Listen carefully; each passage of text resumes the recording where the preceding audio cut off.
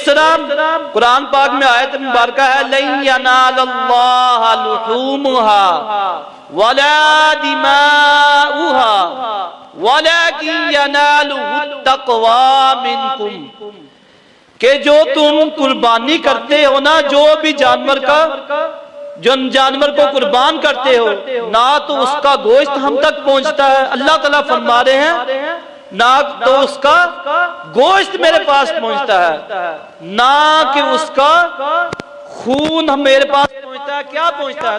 تو کیا فرمایا وَلَكِنْ يَنَالُهُ التَّقْوَى مِنْكُمْ، کہ میرے پاس تم لوگوں کا کیا پہنچتا ہے؟ تقوی، پرہیزگاری پہنچتی ہے، کہ تم پرہیزگار کتنے ہو۔ آج کے دور میں دیکھا جائے نا، جو صاحب نصاب بھی ہوں وہ بھی کتراتے ہیں، قربانی کرنے سے کیا کرتے ہیں؟ آری ہیں، حج کرنے سے آری ہیں۔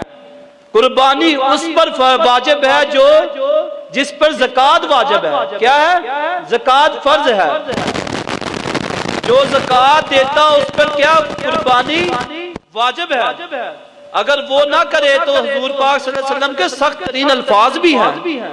وہ الفاظ پتہ کیا ہے؟ حضور اکرم صلی اللہ علیہ وآلہ وسلم نے فرمایا جو شخص قربانی کرنے کی استطاعت رکھتا ہو، صاحب نصاب ہو، اور وہ قربانی نہ کرے تو وہ ہماری عیدگاہوں میں نہ آئے۔ کہاں نہ آئے؟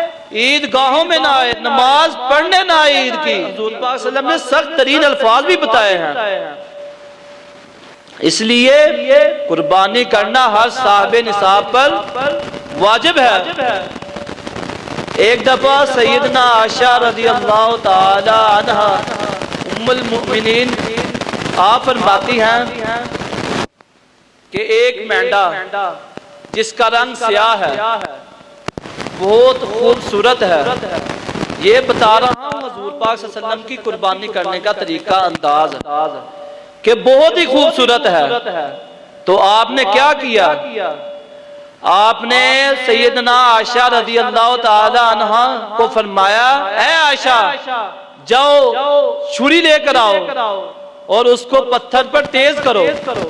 جب آپ نے پتھر پر تیز کر لیا تو آپ نے مینڈے کو لٹایا، تو جب چھری چلائی نا اس کی گردن پر تو کیا فرمایا؟ اس سے پہلے نیت کی اے اللہ تعالیٰ یہ میری طرف سے، میری امت کی طرف سے، میری اہل بیت کی طرف سے یہ قربانی ہے، یعنی کہ قیامت تک جو بھی امت آئے گی اس کی قربانی رسول اللہ صلی اللہ علیہ وآلہ وسلم نے ادا کر دی ہے۔